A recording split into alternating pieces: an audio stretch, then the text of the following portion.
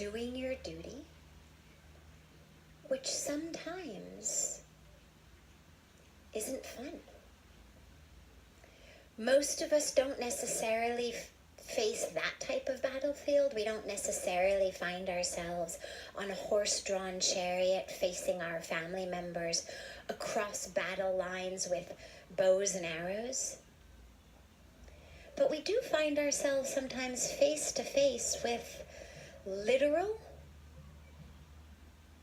material, physical, as well as symbolic and metaphoric aspects of ourselves, of our culture, of our family, that are not what we know to be the highest truth. And face to face with them. And because it's not easy, because we're literally facing down the self, or the shadow self, or however we want to describe it, it's a lot easier to think, well, forget it, I'm a yogi now, I'll just meditate. I'll just do my yoga. I'm going to just find peace with this.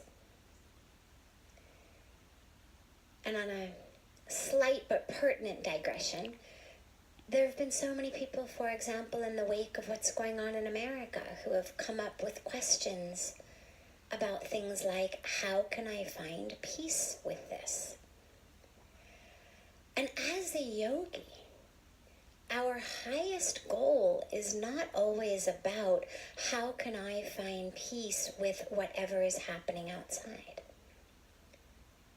Sometimes our highest goal is how can I find an inner peace within me so that I'm not reacting, so that I'm not blind with rage, so that I'm not in sympathetic nervous system overload where I can't possibly think properly, but where I am acting to restore dharma to adharma, to bring back righteousness to unrighteousness. And this is what Lord Krishna teaches in the Gita to Arjuna, is not so fast. Your highest goal here is not about letting them have it all and going into the mountains and finding peace with the fact that you've lost your kingdom.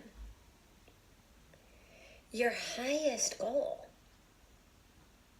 is to be balanced, anchored, grounded in yoga and to restore the Dharma, to fight the battle, to do the action. And that's really important, because when we start to experience the peace that we feel in yoga, it in and of itself starts to draw us. And there's things in the world that don't feel so peaceful.